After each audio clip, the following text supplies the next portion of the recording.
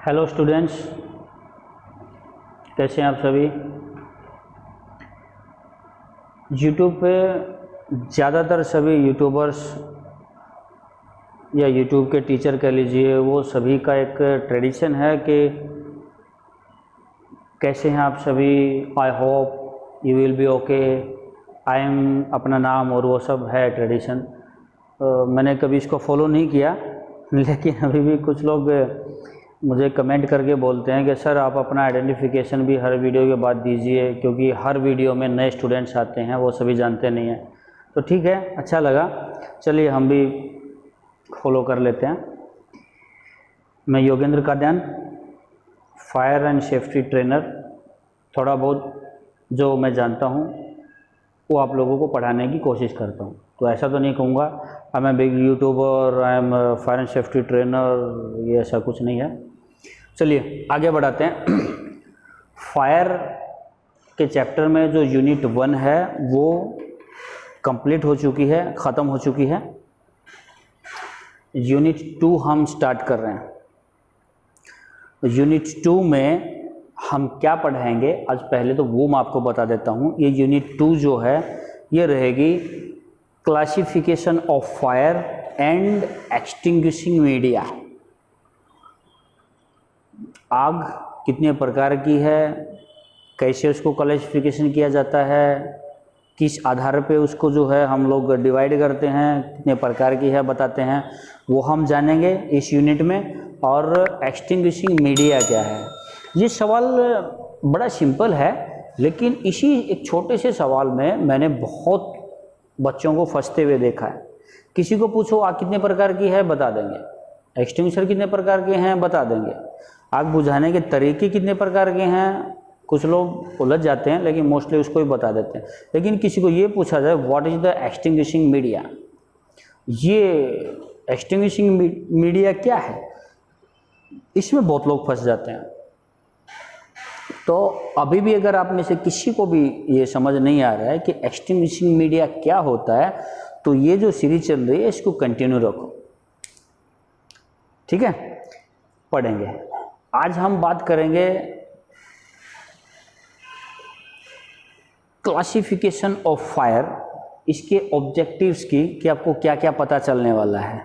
तो classification of fire के जो ऑब्जेक्टिव्स हैं, इसमें सबसे पहले तो हम डिस्क्राइब करेंगे कि what is the elements of fire, fire के क्या क्या एलिमेंट्स हैं, और what is the method of extinguishing fire, आग बुझाने के मेथड क्या हैं, तरीके क्या हैं, सूत्र क्या हैं। इसके बाद after completing of this unit you will be able to know to identify the classification of fire A, B, C, D, okay, and you will be able to explain the different extinguishing media, different type of extinguishing media. And the last point of objectives is, after this unit you will be able to identify and explain the most commonly used extinguishing media. आप ये unit खत्म होने के बाद क्या क्या सीखेंगे मैं आपको वो बता दूं। सबसे पहले तो आप ये जान जाएंगे कि फायर के एलिमेंट्स क्या क्या हैं, what is the elements of fire and what are the methods of extinguishing fire, आग बुझाने के मेथड्स क्या क्या है। इसके अलावा आप जानेंगे कि आग कितने प्रकार की है। ये मिथ है कि 4 प्रकार की है, कि 5 है, कि 6 है, कि 3 है, इसको कंप्लीट करेंगे हम लोग। इसके बाद आप इसके यूनिट के एंड तक सीखेंगे कि different type of extinguishing media, ये अलग अलग प्रकार के एक्सटिंग्विशिंग मीडिया क्या हैं, आग बुझाने के माध्यम क्या क्या हैं, किस किस माध्यम से हम लोग आग बुझा सकते हैं। इसके बाद हम लोग इस यूनिट के एंड तक ये भी जानकारी अच्छे से आपको मिल जाएगी, हम ये जानकारी हासिल कर लेंगे कि ज़्यादातर मोस्ट कॉमनली यूज्ड अधिकतर इस्तेमाल होने वाले एक्सटिंग्विशिंग मीडिया कौन कौन से हैं। ठीक है, आपका ऑब्जेक्टिव कंप्लीट। अब आते हैं पॉइंट पे, what are the elements of fire. ये आग के एलिमेंट तत्व क्या क्या है, मतलब किन चीज़ों से मिलके आग बनती है। अभी ये वाला ट्रेंड चला गया कि हर बार हम लोग ट्रायंगल ही बना के दिखाएं, वैसे भी इस चीज़ को पढ़ा जा सकता है आराम से। तो एलिमेंट्स ऑफ फायर की बात करें तो फायर एलिमेंट्स जो हैं वो 4 प्रकार के होते हैं। ये जो है ना, ये 4 प्रकार के हैं भाई। सबसे पहले की अगर हम बात करें तो ये होता है कोई भी ज्वलनशील वस्तु, यानी कि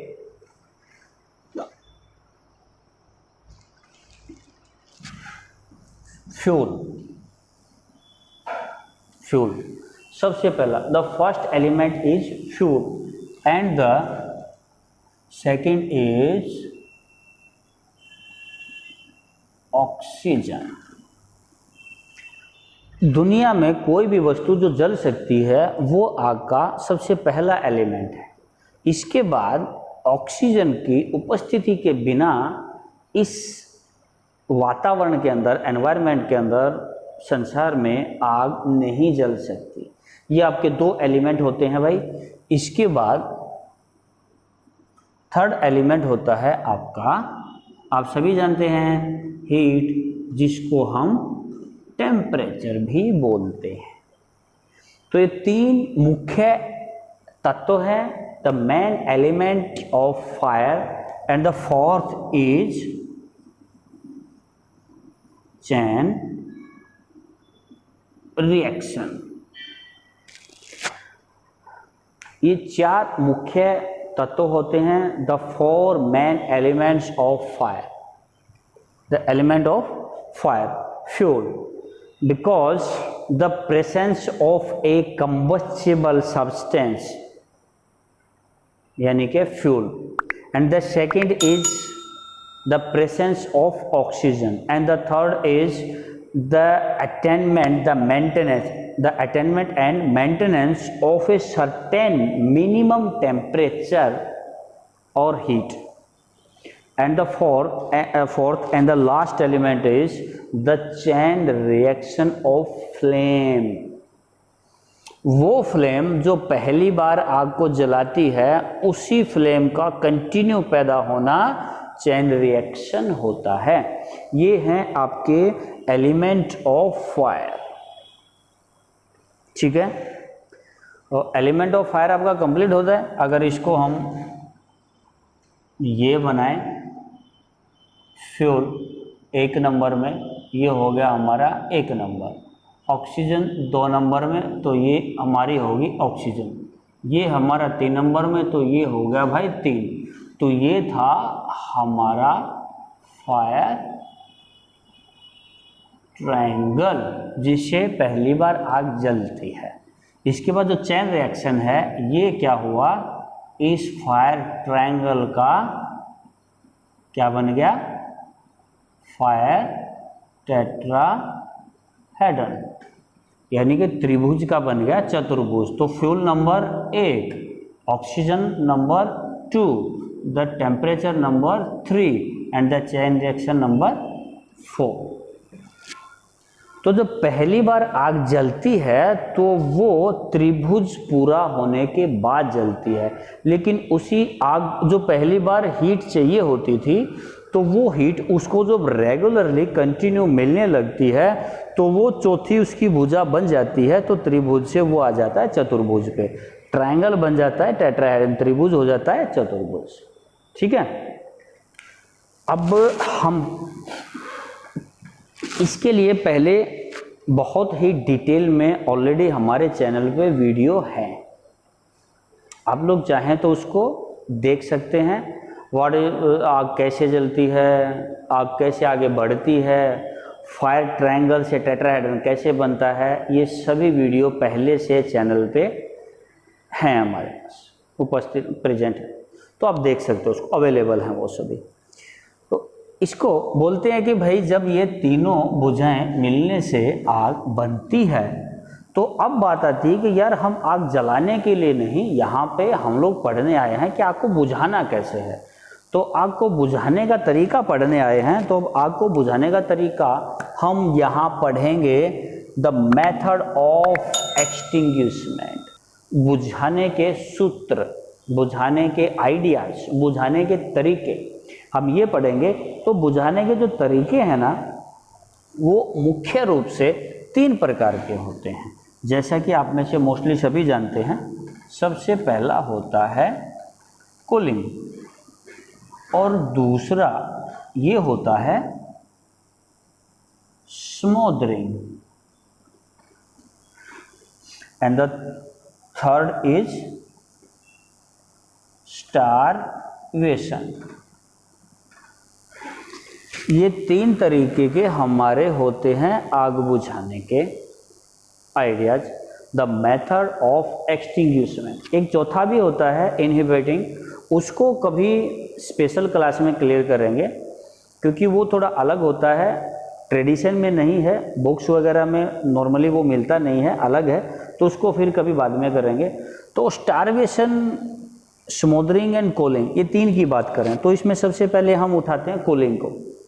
तो भाई साथ में हम यहाँ ट्रायंगल बना लेते हैं, क्योंकि इसके बिना अच्छे से हम समझ नहीं पाएंगे।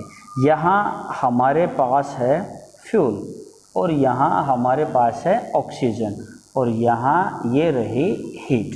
तीनों भुजाएं हमारी तैयार हैं। तो इसके तीनों के पूरा होने से फ्लेम मिला, कहीं से भी हीट मिली, तो ये फ्यूल जो है ऑक्सीजन की प्रेजेंस में जलने लग गया, यानी कि यहाँ पे आग पैदा हो गई, आग जल गई। अब हमने देखना है कि इसको बुझाना क्या है। जब 3 चीज़ों से मिलकर बनी है, तो इन तीनों के बिना जल नहीं सकती। तो सीधा सा अगर दिमाग लगाएं तो आइडिया ये आता है कि तीनों में से अगर एक को भी हम काट दें तो बुझ भी सकते, क्योंकि जब तीनों के बिना जल नहीं सकती तो तीनों में से एक भी नहीं हुआ तो बुझ भी जाएगी। सबसे पहले कूलिंग मेथड की बात करें। कूलिंग का मतलब ये मेथड होता है कि किसी भी फ्यूल को, जलने वाले फ्लेमेबल मटेरियल को, फ्लेमेबल मैटर को, उसका जो टेम्परेचर होता है, जो फायर पॉइंट है जिस पे वो जलने लगता है, उस टेम्परेचर से नीचे लेके आना। यानी कि अगर पेट्रोल हमारा 18 से 20 डिग्री सेल्सियस पे जलने लगता है तो उसको 14, 15 या 12 तक लेके आना। अगर कोई लकड़ी है वो 60 डिग्री सेल्सियस पर अगर जलने लगती है तो उसको 40 से नीचे लेके आना। तो कूलिंग का मतलब यही होता है कि कूल करना, ठंडा करना, यानी कि ये हीट है, ये कूलिंग के द्वारा हम ये वाली भुजा को काट सकते हैं, इसके द्वारा।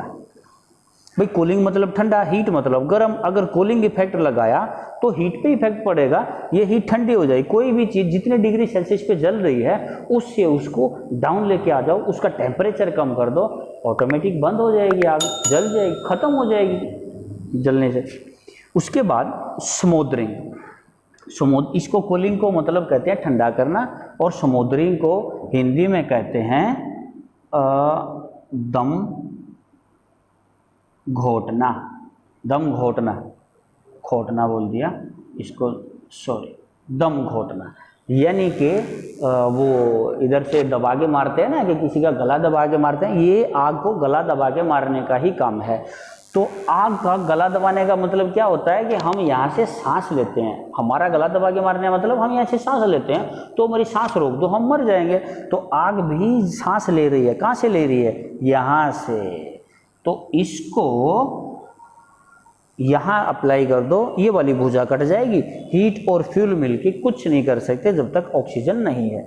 तो स्मोदरिंग का सीधा सीधा मतलब होता है कि हवा में पर्याप्त मात्रा में ऑक्सीजन है और वो आग को मिल रही है, इसलिए आग कंटिन्यू आगे जल रही है। तो उस आग को रोकना पड़ेगा। उसके लिए हमें जहाँ पॉसिबल हो, जहाँ संभव हो, वहाँ हम ऑक्सीजन को आग तक पहुँचने से रोक सकते हैं। जैसे कि छोटे लेवल पे बात करेंगे, किसी डस्टबिन में आग लग रही है, डस्टबिन में आग लगी हुई है, तो उसका ना ढक्कन ऊपर से आप ढक दो, तो उससे क्या होगा, थोड़ी देर में जितनी ऑक्सीजन है वो 2, 4, 5, 10, 15 सेकंड में ख़त्म हो जाएगी, और जब ऑक्सीजन नहीं मिलेगी आग बुझ जाएगी, आप ढक्कन खोल दो।